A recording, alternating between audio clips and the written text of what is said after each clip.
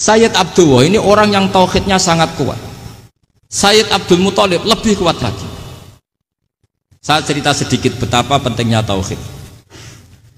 Ketika pasukan Abraha bawa pasukan gajah mau menyerang apa? Ka'bah. Itu sebelum menyerang itu semua aset-aset milik orang kafir Quraisy, milik orang Quraisy lah, itu ditawan, diambil, termasuk milik Sayyid Abdul Muthalib, milik Abdul Muthalib.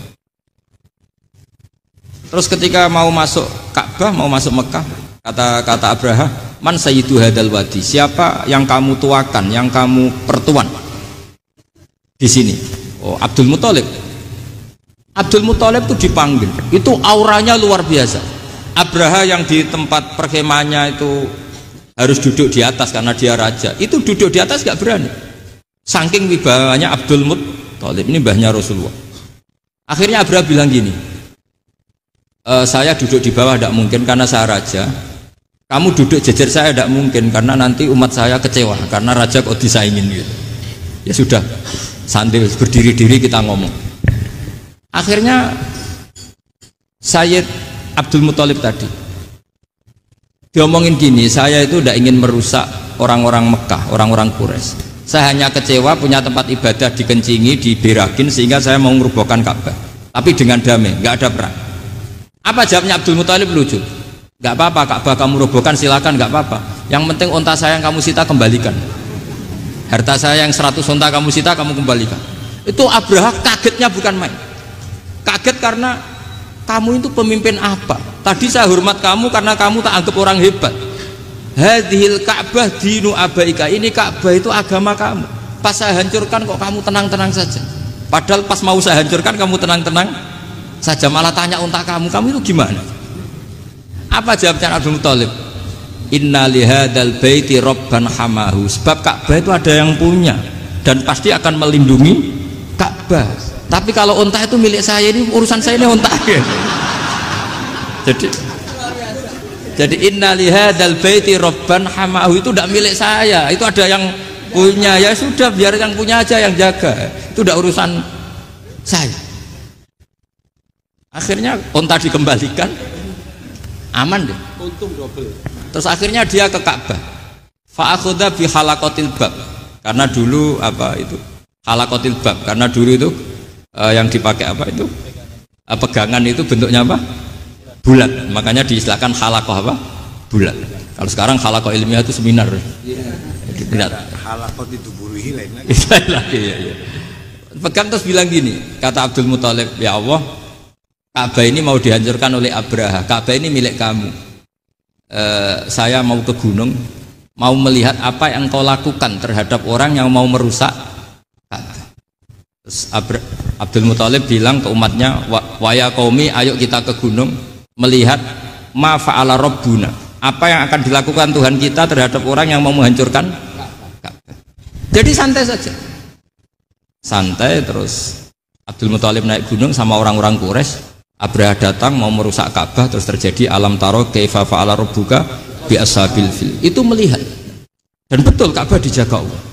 Islam juga gitu. Ketika Islam dikooptasi Uni Soviet, semua ulama, semua wali perasaannya hanya nunggu kehancuran Uni Soviet, karena pasti agama ini dijaga Allah.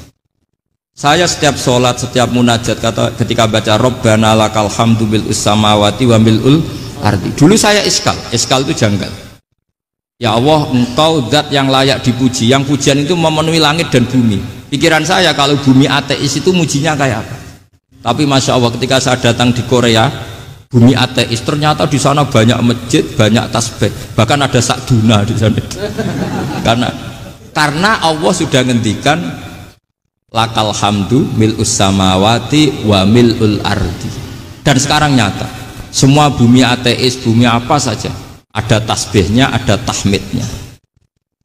Makanya sadaqallahul adzim ketika ngendikan sanurihim ayatina fil afaq walladzi arsala rasulahu bil huda dinil haqqi liyuzhirahu 'alad dini kulli. Makanya saya mohon sekali bahwa agama ini harus kamu khidmah, tapi enggak boleh kamu pikir, atau dibaliklah, khidmah maka memikir, tapi tidak usah GR bahwa agama ini diserahkan sampean. Saya juga agak ridho, agama kok diurus orang-orang kayak gini, kayak apa nasibnya. Jadi ini penting, Karena rata-rata kiai alim itu tidak jelas. Terus oleh orang-orang yang nggak pernah ngaji itu, wah ini nggak jelas, nggak tegas. Islam itu harus tegas. Maksudnya tegas itu kayak apa? Tegas itu di wilayah kita. Kalau istri kamu mau diperkosa orang itu boleh tegas, itu wilayah kamu. Tapi kalau hidayat itu wilayahnya Allah Subhanahu wa Ta'ala. Kita tidak pernah tahu. Bahkan yang sudah Islam saja, nyuwun sewu, itu nggak ada jaminan mati husnul khotimah. Kita tahu dalam sejarah Sa'labah itu dapat gelar hamamatul masjid, merpatinya masjid. Tapi kita tahu akhirnya Sa'labah itu apa? Su'ul khotimah. Sampai dalam Islam selalu diajarkan ya muqallibal qulub tsabbit qalbi ala din. Jadi kalau kita sendiri saja masih ingin selalu husnul khotimah, agak ada ruang untuk mudah menvonis orang lain. Makanya saya salut sekali ketika Habib Umar menulis kita semua ini mengkhidmai hadal kaun dan selalu berharap bisa saja suatu saat orang yang sedang kafir bisa saja suatu saat muslim. Nah soal kalau yang sama yang harbi menyerang kita ya tarung. Kalau artinya kalau yang merangi kita ya kita wajib perang, kalau enggak ya habis kita. Seperti kita lakukan ketika diserang Belanda. Tapi ketika mereka musta'man, dhimmi, mu'ahad, orang-orang kafir yang mau berdamai dengan kita ya kita damai. Sebagaimana yang dilakukan Rasulullah SAW ketika berdamai dengan kafir Quraisy yang dipimpin Suhail bin Amr, masyhur itu dalam tarikh. Singkat cerita kan Sayyidina Ali ini pernah konflik sama orang Khawarij. Kata Sayyidina Ali, ya sudah lah, namanya kita musuhan, kita tidak usah ketemu, pakai mediator, kata Sayyidina Ali. Kata orang Khawarij, ini apa-apaan kok butuh mediator, nggak ada Qur'annya, ada hadisnya. Kira-kira kalau Pak Sayyidina Ali orang Jawa, nggak ada apa tidak tahu. Walhasil Sayyidina Ali akhirnya baca ayat wa in khiftum shiqaqa bainihima fab'atsu hakaman min ahli wa hakaman min ahliya. Jika suami istri tengah konflik, maka yang keluarga suami kirim mediator, yang keluarga perempuan juga kirim. Terus kata Sayyidina Ali, wa amru ummati Muhammad a'dhamu min amri rajulin wa imra'atin. Kalau suami istri saja ketika konflik butuh mediator, apalagi ini kelompok besar pasti lebih butuh mediator. Akhirnya lalu mediatornya siapa? Kata Sayyidina Ali, ya siapa saja yang penting baik. Ditunjuk seseorang, diprotes sama orang Khawarij, ini orang nggak kredibel. Oh, terus Sayyidina Ali marah-marah. Rasulullah itu pernah berdamai dengan orang, bahkan orang itu kafir, yaitu Sulhul Hudaybiyah. Nabi itu berdamai dengan orang yang bernama Suhail bin Amr ketika itu kafir. Makanya ini menunjukkan bahwa musolahah ma'al kufar itu boleh demi kelangsungan bernegara, berbangsa. Kamu tidak usah meragukan reputasi NU. Ketika dulu kafirnya kafir harbi zaman Belanda, ya Mbah Hasim fatwa apa? Jihad. Jadi jangan kira tidak tegas, kita tegas sekali, justru kita yang punya masa lalu tegas. Tapi kepada siapa dan dalam konteks apa?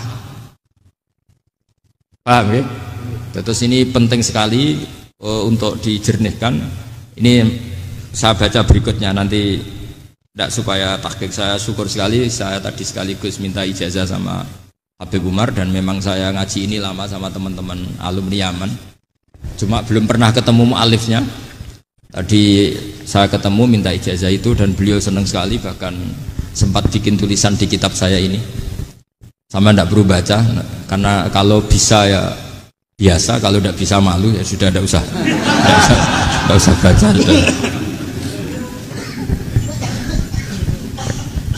Terus ini kata beliau, ini masih saya teruskan.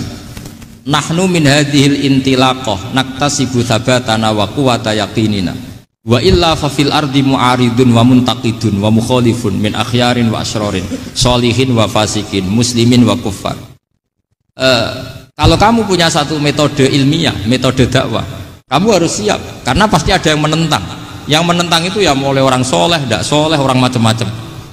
Jadi kalau sudah punya manhaj, memang dari awal harus siap apa? Ditentang. Jadi misalnya PBNU punya kebijakan apa, ya sudah siap saja dibully. Itu pasti itu, karena nggak ada manusia semua suka, semua benci. Kata beliau, anta in kunta fi syakkin min hadzal maslak wal manhaj fattabi man syi'ta wasaha angka ghaniyah wa in kunta ala yaqinin annahu al huda wa mirasun nubuwah wa annahu haqiqatu tarjamatil ahdi ma'rab fala tata'atsar min kalami ahadin yakunu mangkana. Jadi intinya kita mengawal Islam secara rahmatanil alamin itu justru kita berharap menjadi simpatik dan menjadikan mereka menjadi napa Islam. Jangan ketika simpatik dianggap gak tegas. Saya masih ingat betul dawuh Mbah Mun, hak sekseni, kata beliau, saya masih ingat kalimatnya, sekseni aku ra tegas itu berdasar ayat laisalaka minal amri syai'un aw yatuba alaihim aw yu'adzibahum, karena potensi sosial itu bisa rubah.